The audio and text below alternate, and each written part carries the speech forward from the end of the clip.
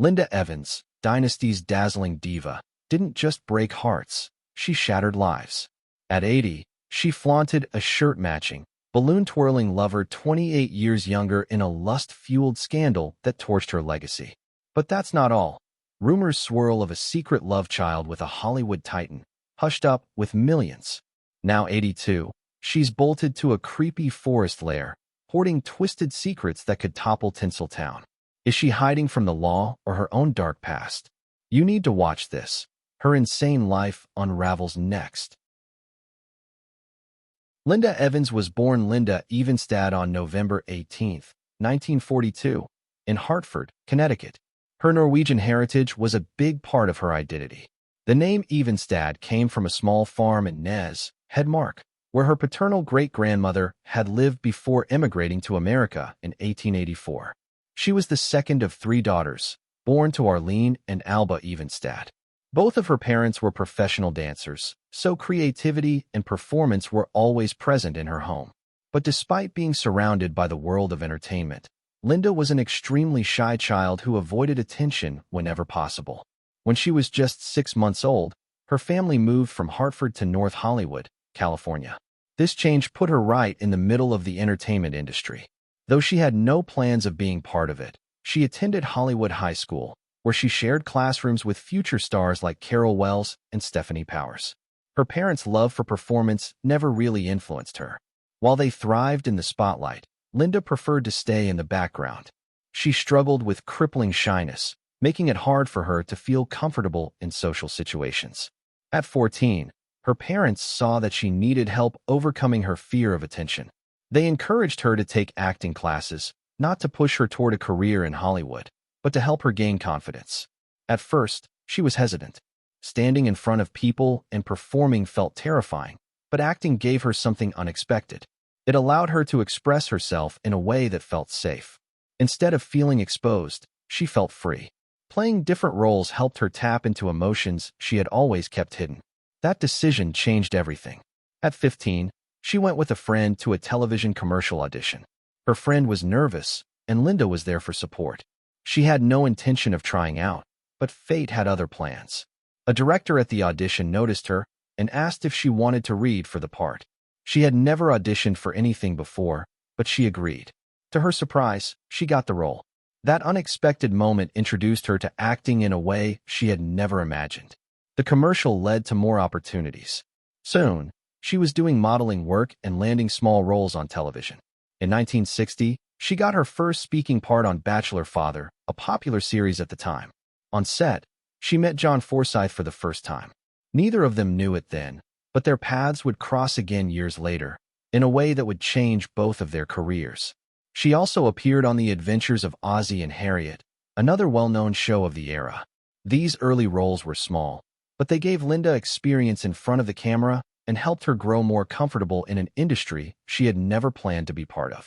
At 23 years old, Linda Evans was cast as Audra Barkley in The Big Valley, a Western series that aired on ABC from 1965 to 1969. It was a defining moment in her career. The show followed the wealthy Barkley family as they fought to maintain their ranch in California's San Joaquin Valley. Evans starred in all 112 episodes alongside Hollywood legend Barbara Stanwyck and rising talent like Lee Majors. Audra Barkley was more than just the youngest sibling in the family. She was strong-willed, compassionate, and unafraid to stand up for what she believed in. In an era when television was starting to embrace more independent female characters, Audra stood out. Evans brought charm and depth to the role, making her one of the most beloved characters on the show. At first, she almost turned down the role. Her boyfriend at the time didn't approve, and she considered walking away. But the producers refused to release her from the contract. That decision changed everything. The show became a success, even winning an Emmy in 1966 for Outstanding Achievement in Film Sound Editing. For Evans, it was more than just a popular show. It was the opportunity that launched her into stardom. Working with Barbara Stanwyck was one of the most important experiences of Evans' career.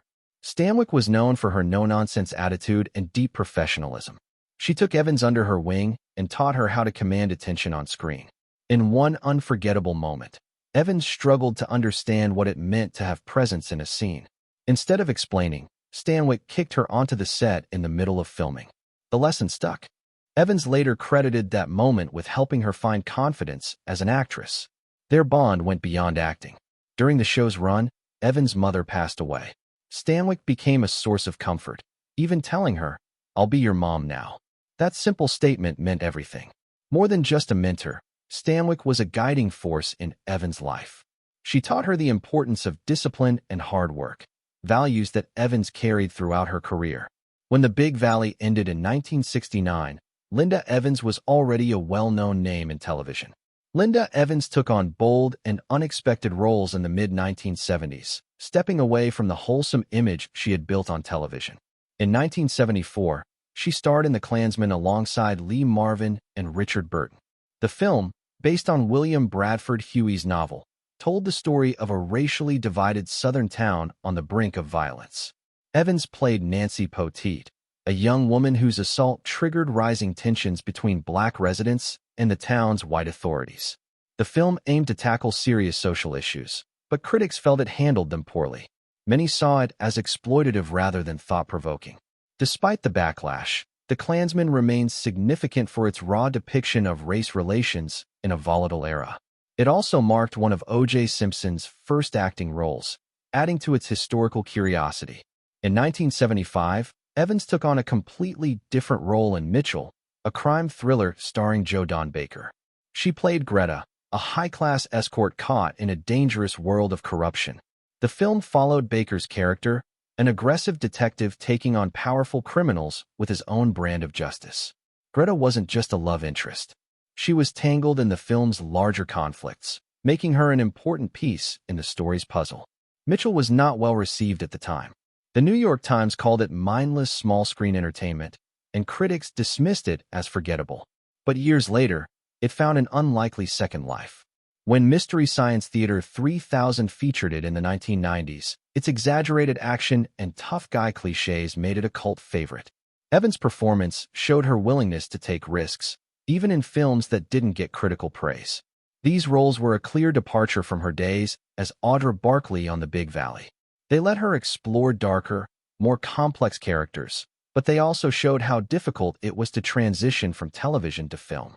Still, her persistence led her to one of the most notable projects of her career. In 1980, Evans starred in Tom Horn, alongside Steve McQueen. The film told the real-life story of Tom Horn, a legendary scout turned vigilante, caught in a deadly conflict over cattle rustling. McQueen played Horn as a man haunted by his violent past, trying to find his place in a changing world. Evans played Glendaline Kimmel, a schoolteacher who became one of the few people to offer Horn kindness and understanding.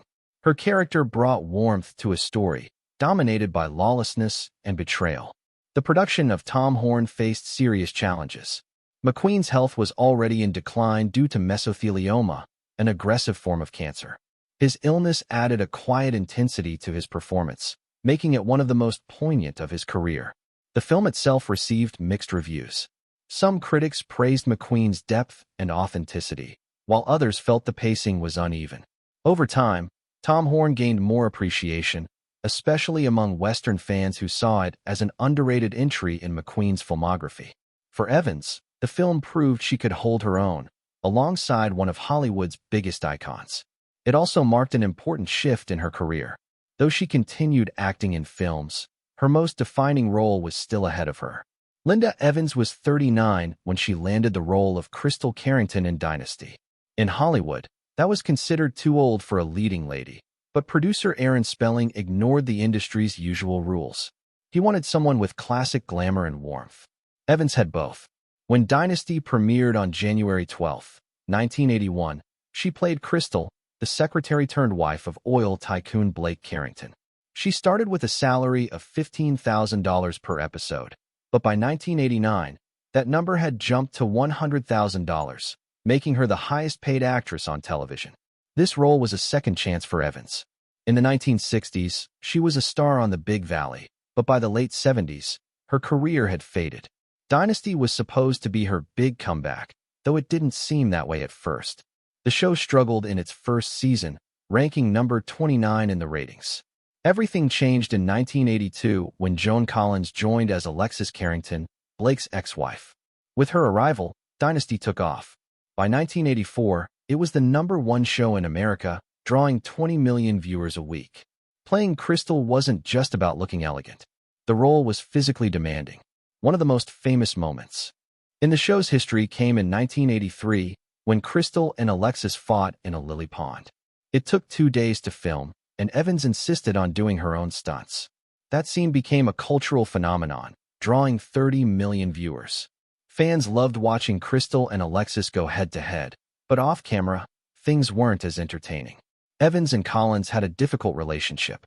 Collins was an experienced scene stealer who liked to rehearse over and over to control how a scene played out. Evans preferred a more natural approach. This difference in style led to tension. During one fight scene, Collins accidentally hit Evans in the jaw. She later joked, "That's not acting. Linda really hated me." Evans didn't find it funny. She once refused to film a scene where Alexis humiliates Crystal at a charity gala. The tension peaked in 1985 when Collins criticized Evans' delivery during a table read. Evans stormed out.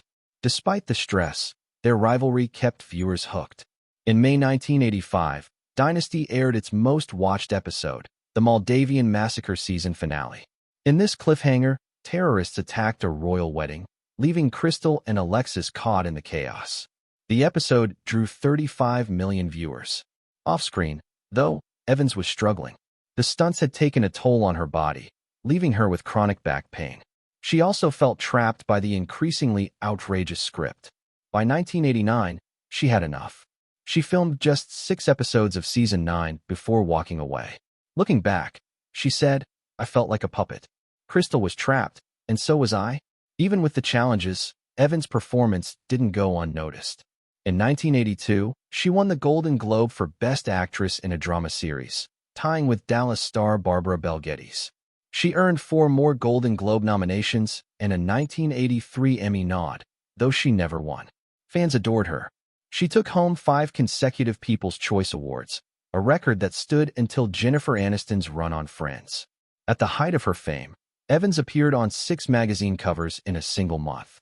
She also became one of TV's first major brand ambassadors, signing a $2 million deal with Crystal Light in 1984.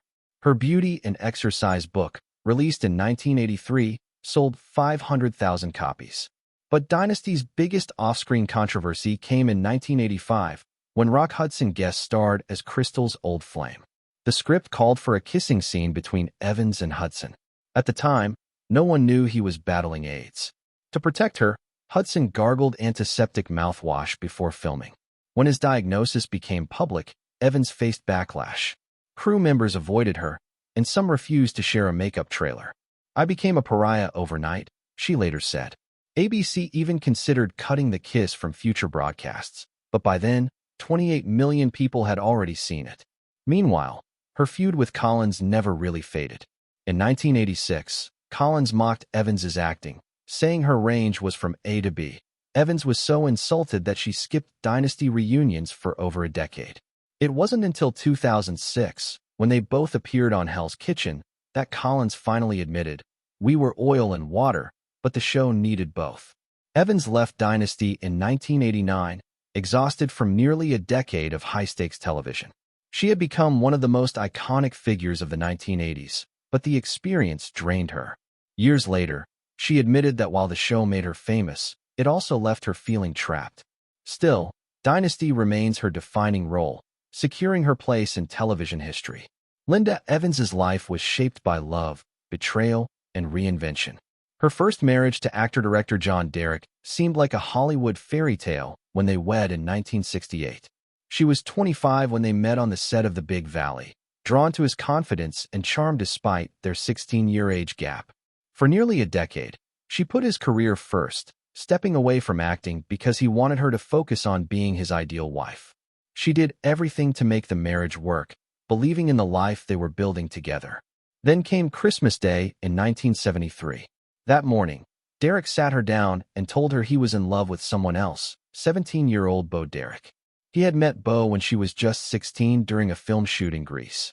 The affair had started while she was still underage, so to avoid statutory rape charges in California, he stayed in Europe with her until she turned 18. Evans was shattered. She later admitted she felt worthless and even considered ending her life. The divorce was finalized in 1974, but the pain lingered. 2 years later, Derek married Beau, and they stayed together until his death in 1998. As devastating as it was, that betrayal changed Evans's life in ways she never expected. Determined to rebuild, she called her agent in 1974 and begged for work. She had been out of the industry for too long, and many warned her that Hollywood had moved on without her. She refused to accept that. She took any role she could find, determined to prove herself again. In 1981, she landed the role of Crystal Carrington on Dynasty, earning $100,000 per episode and winning a Golden Globe. Years later, she realized something ironic. If she had stayed married to Derek, she never would have taken that role. He had controlled her career choices, refusing to let her work on projects without him. His betrayal had been the worst thing that ever happened to her, but it also set her free.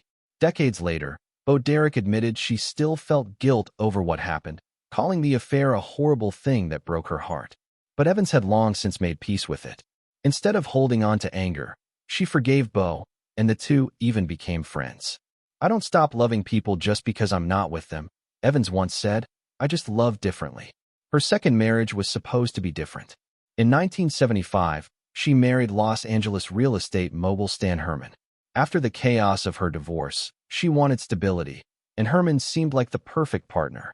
He helped her recover financially, teaching her investment strategies that turned her into a self-made millionaire. But while their financial partnership thrived, their marriage didn't. Herman wanted a traditional homemaker, while Evans had rediscovered her love for acting. Their lifestyles clashed, and by 1979, they divorced. Unlike her first husband, Herman remained a lifelong friend. He gave her their Beverly Hills home, where she lived for decades, and continued advising her on finances. In 1986, when he was diagnosed with thyroid cancer, Evans was the first person by his side.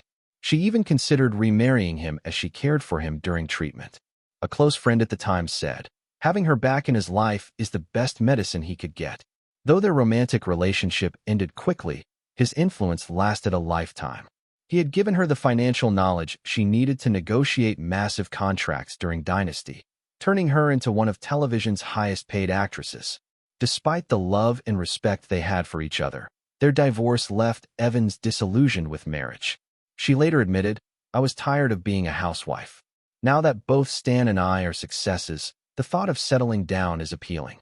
But she never did. After 2 failed marriages, she embraced independence instead.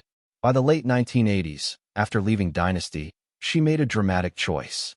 She walked away from Hollywood, bought a secluded lake house in Washington state, and disappeared from the public eye. For the first time in her life, she didn't have to please anyone. She chopped wood, grew vegetables, and stopped worrying about how she looked. "I no longer had to worry about how I looked," she said, reflecting on the Botox and wig she had relied on during her relationship with musician Yanni. But life away from the spotlight wasn't always peaceful. In 2006, she suffered a slipped disc that left her in chronic pain. The agony was so intense that she considered suicide. At the same time, her sisters were facing life-threatening illnesses. It was one of the darkest moments of her life. "I really understood why people say, 'Maybe I don't want to live,'" she later admitted, but she survived. Through it all, she developed a new outlook. "Every painful experience had a lesson. I learned I deserved better," she said. Romance came and went.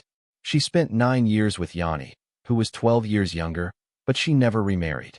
By 2023, at 81 years old, she had no regrets. "Joy doesn't come from the spotlight," she told Northwest Primetime. "It comes from the life you choose." She turned down reality TV offers, wrote a memoir focused on self-discovery, and became an advocate for elder care reform after a DUI arrest at 74. The incident was caused by painkillers she had been taking for her spinal injury, a stark reminder of the struggles that came with aging. Her story, from betrayed wife to independent woman, became a testament to resilience. "Anything is possible when you reclaim your life," she once said. And if she could go back and change anything, she wouldn't. "I would not change my past," she declared. "It made me who I am." Linda Evans left behind the luxury of Beverly Hills for something completely different.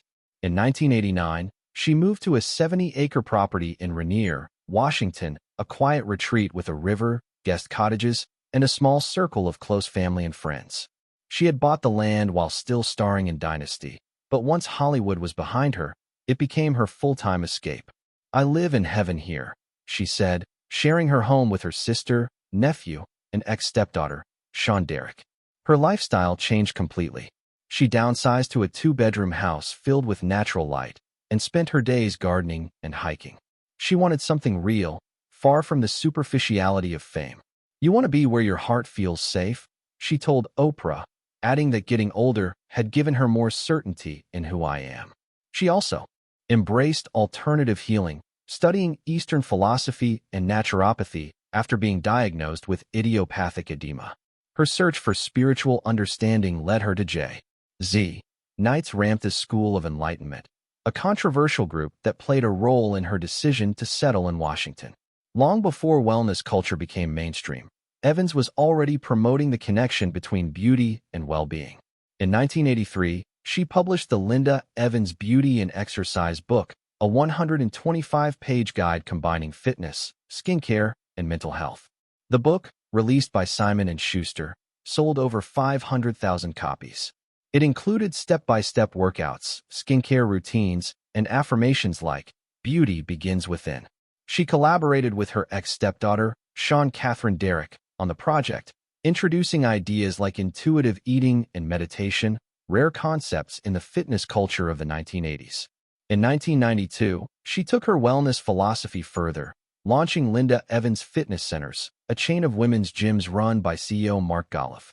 The centers focused on holistic health, featuring aerobic classes set to music by her then-partner, Yanni. Though the gyms eventually closed, Evans remained committed to health and beauty, later hosting infomercials for Reinvention, an electric facial toning mask. "I wanted to help women feel strong, not just look strong," she said. Proving that for her, fitness was about more than appearances. In 2009, at 66, Evans did something no one expected. She won Hell's Kitchen, becoming the oldest champion in the show's history. The UK audience watched in shock as she defeated comedian Adrian Edmondson in the live finale, drawing 5.8 million viewers. What made her victory even more surprising was that she had no professional cooking experience.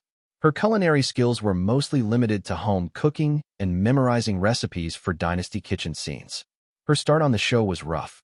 Head chef Marco Pierre White kicked her out of the kitchen on the first day for overcooking scallops, telling her, "You're not ready to hold a pan." The physical challenges were just as intense. During a fish market challenge, she became the first contestant to kill a live eel with her bare hands. "I volunteered to learn, even if it meant becoming a murderer," she later admitted. Her comeback moment came during a pasta challenge judged by Mario Batali. Her lobster and truffle ravioli outperformed dishes from trained chefs, proving she wasn't just a novelty contestant. White later praised her unshakable elegance under fire, a sharp contrast to younger competitors like Bruce Grobyler, who quit, and Anthea Turner, who was eliminated for poor knife skills. Evans donated her £100,000 prize to charity, but her real victory was cultural. She became Hell's Kitchen's most unexpected winner and sparked a 237% increase in Seattle tourism inquiries from UK fans. At 79, Evans returned to acting after an 18-year break, taking on a powerful role in Swan's Song, 2021. The indie film, which premiered at South by Southwest, cast her as Rita Parker Sloan, a retired opera diva confronting old age and lost fame. The role was personal. She drew from her struggles with chronic fatigue syndrome in the 1990s to bring authenticity to her performance. Working alongside art house veterans like Udo Kier and Jennifer Coolidge, Evans delivered a striking performance. One scene in particular stood out, a single 90-second take, where her character applied makeup with trembling hands. She rehearsed it for 3 weeks, ensuring every movement reflected the vulnerability of aging. The film scored 92% on Rotten Tomatoes, with critics comparing her performance to Gloria Swanson in Sunset Boulevard. Though she was only on screen for 11 minutes, her presence had a lasting impact. Within a month of Swan Song's release, streaming views of her 1983 TV movie Bare Essence jumped 41%. Her resurgence in the 2020s brought her an entirely new audience. Clips of her legendary Dynasty cat fight with Joan Collins racked up 14.2 million views on TikTok. Her Hell's Kitchen eel scene went viral, reaching 9.7 million views. Suddenly, Gen Z was fascinated by her. The fashion world took notice too.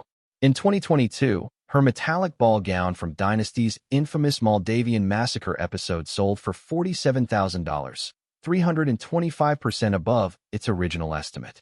From soap opera stardom to spiritual exploration, from fitness guru to unexpected culinary champion, Evans has never followed a predictable path. Reinvention isn't just something she embraces. It's who she is.